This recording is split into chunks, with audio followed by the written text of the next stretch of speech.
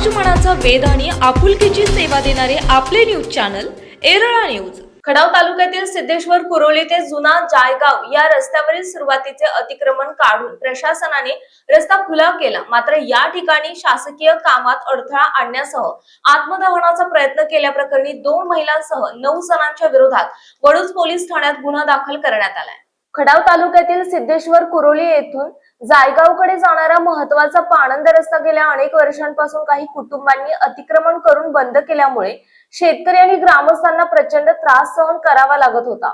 शेतात जाण्यासाठी तसेच अनेक कुटुंबांना स्वतःच्या घराकडे जाण्यासाठी मोठ्या अडचणी निर्माण झाल्या होत्या। सदर रस्ता हा अधिकृत नकाशामध्ये समाविष्ट असून पूर्वीपासून या मार्गावरून वाहतूक सुरू होती। मात्र काही वर्षांपूर्वीपासून संबंधित ठिकाणी अतिक्रमण करून रस्ता बंद करण्यात आल्याने ग्रामस्थांमध्ये तीव्र संताप होता। याबाबत ग्रामस्थांनी वेळोवेळी वडूज तहसीलदार, मान खटाव प्रांताधिकारी तसेच सातारा जिल्हाधिकारी यांच्याकडे तक्रारी आणि निवेदने देत रस्ता खुला करण्याची मागणी केली होती। या मागणीची गंभीर दखल घेत सातारा जिल्हाधिकाऱ्यांनी अखेर संबंधित पाणंद रस्ता तात्काळ खुला करण्याचे आदेश दिले।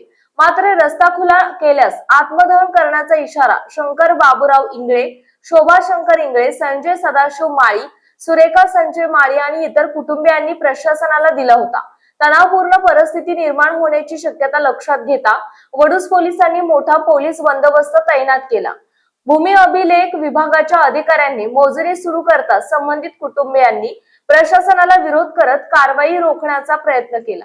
यावेळी सुरेखा बनसोडे या महिलेने स्वतःच्या अंगावर डिझेल ओतून आत्मदहनाचा प्रयत्न केल्याने काही काळ घटनास्थळी मोठी खळबळ उडाली। मात्र प्रसंगावधान राखत पोलिसांनी तात्काळ हस्तक्षेप करून संबंधित महिलेला रोखले आणि परिस्थिती नियंत्रणात आणली। त्यानंतर पोलिसांनी विरोध करणाऱ्या संबंधित कुटुंबियांना ताब्यात घेतले। अखेर भूमी अभिलेख विभागाने दाखवून दिलेल्या अधिकृत हद्दीनुसार प्रशासनाने हा पाणंद रस्ता खुला केला। या प्रकरणी शासकीय कामात अडथळा आणल्याप्रकरणी शंकर इंगळे, विलास बनसोडे, संजय बनसोडे, सदाशिव बनसोडे, बबन बनसोडे, पार्वती डाके, शोभा इंगळे, सुरेखा बनसोडे, शांताबाई बनसोडे राहणार सर्व सिद्धेश्वर कुरोली यांच्या विरोधात नायब तहसीलदार महेश गायकवाड यांनी गुन्हा दाखल केला।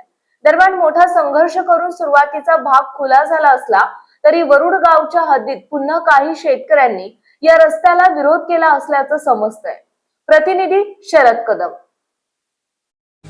आपल्या भागातील महत्त्वाच्या बातम्या पाहण्यासाठी आजच आमच्या एरळा न्यूज चॅनलला YouTube वर सबस्क्राइब करा आणि बेल आयकॉन प्रेस करा।